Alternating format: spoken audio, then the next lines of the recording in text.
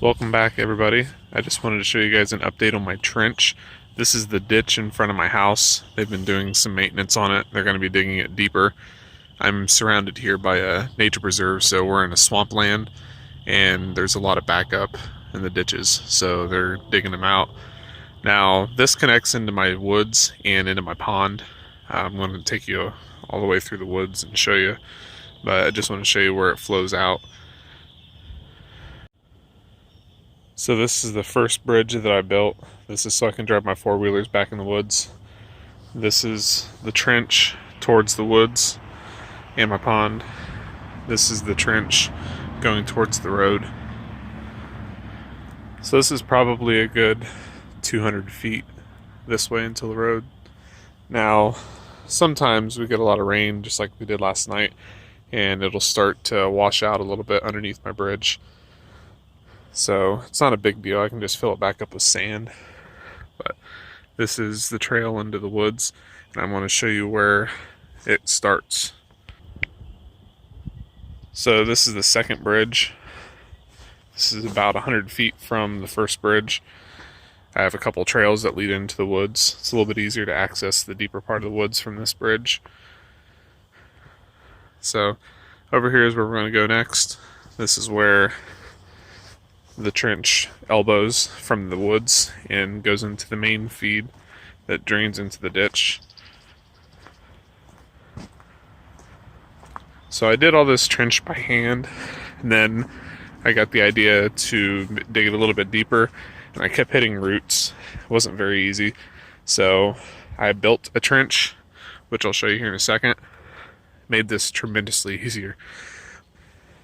So this is the elbow. This is where everything kind of drains out. You can see the sand washes up. That's mostly what our ground consists of up here. I'm in Toledo, Ohio. So drains out. It's flowing pretty good. I think we got about 2 inches of rain last night. So this will drain until the woods is dry. The main reason I did this trench, being up here in the swampland, we have an awful season of mosquitoes, and if we don't keep them under control, keep them from breeding and laying eggs, it'll overwhelm us and we won't be able to do anything outside. So on top of the spraying that I do, I manage the water back here in 10 acres of woods, and I make sure my pond doesn't overflow. So I'll show you the pond drain next. So our pond is about 1.5 acres. It's about 20 feet deep in the center. Some pretty big fish, but I have set a PVC pipe. Can't really see it. It's corrugated PVC. You can kind of see it down there. It runs underneath into the beginning of this trench. And as you can see, it's flowing pretty good. It's keeping the pond level down.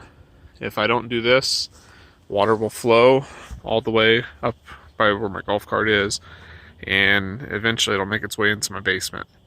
And I don't want that, so got to keep it managed. Next, I'm going to walk the trail back here. Alright, we're coming up here on the trencher. I just wanted to show you as we walk by. This was an old potato plow that my grandfather built. I ended up repurposing it so I could pull it behind my four-wheelers. So I end up hooking it up to the hitch, and I set a brick on the back to weight it down, like a cinder block. So when I hook it up to my four-wheeler, it kind of digs the spade blade into the back, down into the dirt, and the more weight I put on the back, the deeper it goes. I can also adjust it. I use some garage door hinges. So I've got it set to like the 4th setting right now, but the higher up, or the lower rather, that I go on this, the deeper the blade goes. So this trench is probably close to 1,000 feet.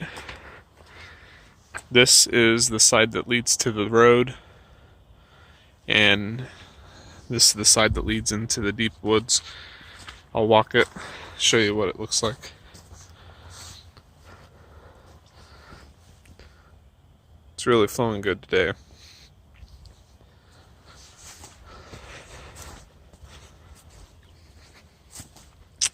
Calculated it that it flows about a gallon every 10 seconds.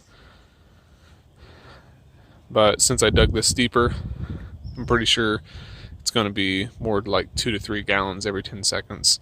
I fill up the bucket at the end, and it doesn't take long.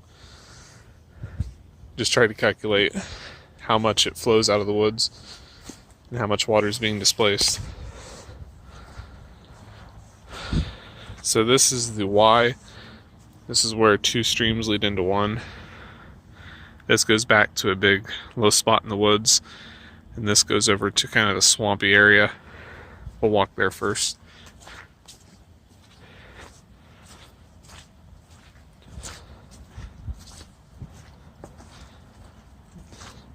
It's actually subsided quite a bit since I was out here earlier.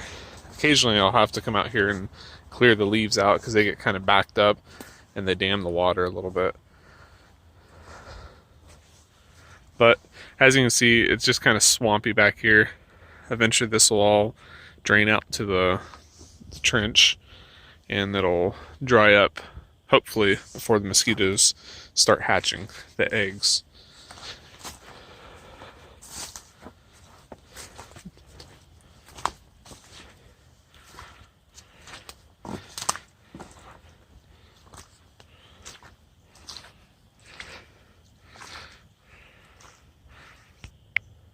Alright, this is kind of the crossroads up here where a couple streams intersect.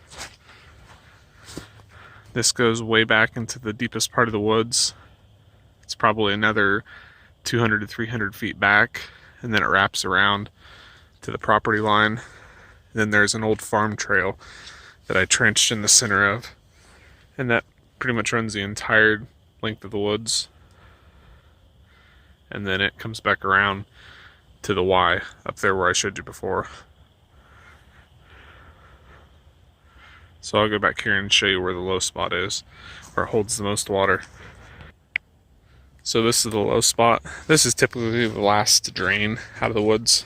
So the township is digging the ditches out. They're offering to drop off free sand from the ditch, dig out, and I'm just going to take a couple scoops, fill this in so it's not so low, hopefully eliminate this issue.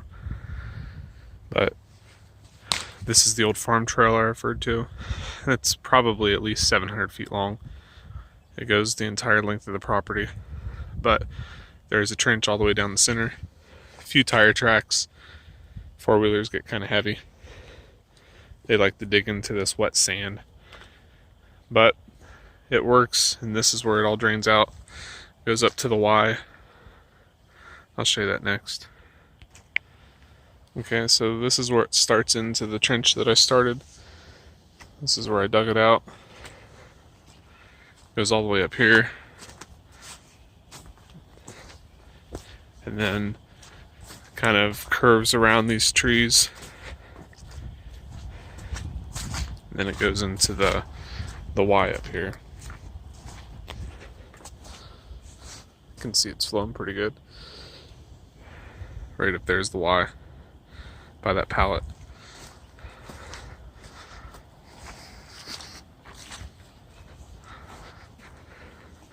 There's a couple big roots down here. Had to cut through just to start flowing.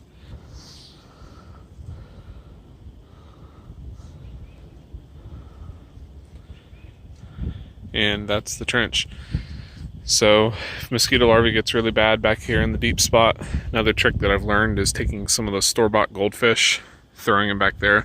They love to feast on the mosquito larvae. It helps control it down a little bit.